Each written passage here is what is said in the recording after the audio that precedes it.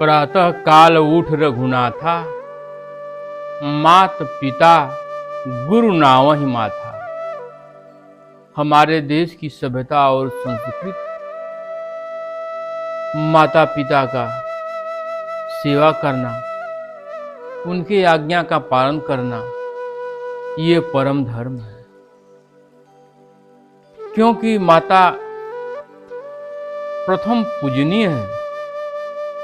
माता का स्थान सर्वोपरि है। गृहस्थ में माता पिता और गृहस्थ से बाहर गुरु का स्थान है, सदगुरु का स्थान है। इसीलिए मर्यादा पुरुषोत्तम भगवान श्री राम भी व्यवहार का पालन करते हुए माता पिता का सेवा करना, गुरु के आज्ञा का पालन करना, पिता के आज्ञा का पालन करने के लिए उन्होंने सर्वस्व न्यौछावर कर दिया। वन को चले गए। क्या क्या असुख, क्या क्या असह वेदना सहे, फिर भी आज्ञा को नहीं छोड़े। और आज का परिवेश कितना नीचे गिरते जा रहा है। माता पुत्र को जन्म देती है, 9 मास गर्भ में रखती है, उसका सेवा करती है, लालन पालन करती है, मल मूत्र साफ करती है। बच्चा अगर जाड़े की रात है, बिस्तर पर शंका कर देता है तो अपने उस भीगे हुए स्थान पर सो जाती है और बच्चों को सूखे बिस्तर पर सुलाती है। अपने नहीं खाती है लेकिन बच्चे को खिलाती है। भूखे रह करके भी माता पिता अपने बच्चे के लिए सब कुछ करते हैं, पढ़ाते हैं, लिखाते हैं कि बेटा बुढ़ौती का लाठी बनेगा, सहारा बनेगा, हमारे जीवन की नैया को पार लगाएगा। लेकिन जो वृद्धावस्था आती है तो वो बच्चा भूल जाता है अपने माता पिता को, उनकी सेवा को, उनके व्यवहार को, और उन्हें ले जाकर के वृद्धाश्रम में छोड़ जाता है।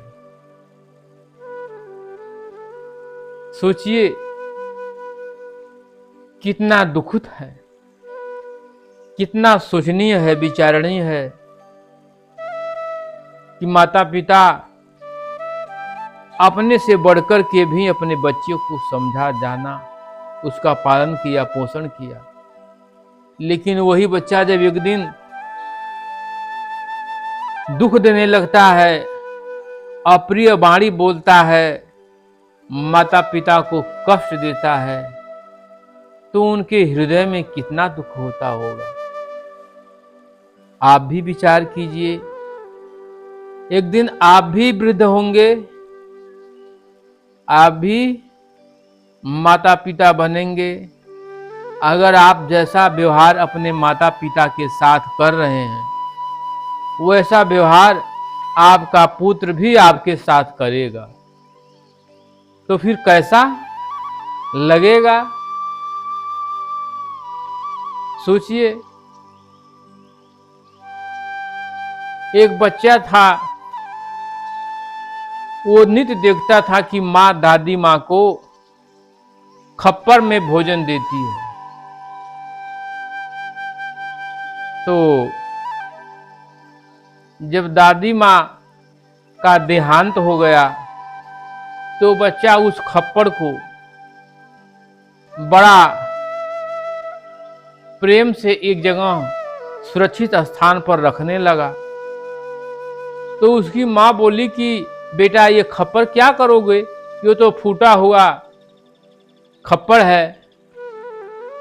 तो लड़का मुस्कुराया, बोला कि माँ, इसको इसलिए रख रहे हैं कि जब तुम बूढ़ी हो जाओगी तो इसी खप्पड़ में तुमको भी मैं भोजन दूंगा। अब तो उसका दिमाग चकरा गया। बोला क्यों? क्योंकि तू भी दादी माँ को इसी खप्पड़ में भोजन देती थी, तो तू बूढ़ा जब हो जाएगी तो इसी खप्पड़ में मैं तुझे भोजन दूंगा, और जैसा व्यवहार तुम दादी माँ के साथ करती थी वैसा ही व्यवहार तुम्हारे साथ भी मैं करूंगा। तो सोचने की बात है, विचार करने की बात है। इस संसार में आने के लिए सभी को पुत्र बनना पड़ता है, पुत्री बनना पड़ता है। आगे चल कर के गृहस्थ में सभी विवाह संस्कार में बनते हैं, माता पिता बनते हैं, और फिर एक दिन सभी को वृद्ध भी बनना पड़ता है, सभी दादा दादी भी बनते हैं।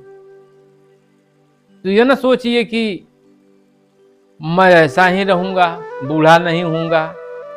बूढ़ा होना पड़ेगा, दादा दादी बनना भी पड़ेगा। फिर दूसरों को दुख देने से अपने को भी दुख मिलेगा। अपने विचार को सुधारिए, अपने व्यवहार को सुधारिए, और माता पिता का सेवा कीजिए, क्योंकि माता जन्मदात्री है, आपको जन्म दिया है, सेवा किया है, तो आपका धर्म है माता का सेवा करना, पिता का सेवा करना, उनके दुख दर्द में सम्मिलित होना। नहीं तो जीवन किस काम का है? परमात्मा सब कुछ देख रहा है। ऐसा ना सोचिए कि परमात्मा नहीं देख रहा है, सब कुछ देख रहा है। जैसी करनी वैसा फल, और आज नहीं तो निश्चय कल सबको मिलने वाला है। ये सत्य है, इसे कोई झुठला नहीं सकता। इसलिए माता पिता का सेवा करना परम धर्म है। सेवा कीजिए, अपने बच्चे को, अपने पुत्री को, सभी को संस्कारवान बनाइए, तभी आगे चलकर आपकी सभ्यता और संस्कृति की धरोहर बची रहेगी। वरना तो फिर आपके भी बच्चे आपको वृद्धाश्रम में पहुंचाएंगे, क्योंकि वो जान रहे हैं कि पिताजी हमारे दादी माँ को, हमारे दादाजी को वृद्धाश्रम पहुंचाए थे। तो बूढ़ा हो जाएंगे तो अब आप कह भी नहीं सकते, क्योंकि वो बोलेंगे कि आप तो दादी जी को वृद्धाश्रम पहुंचाए थे, तो आप भी तो वृद्धाश्रम में जाइए। फिर क्या करेंगे? सोचिए, विचार कीजिए, अपने व्यवहार को सुधारिए, स्त्री के मोह में न पड़िए, और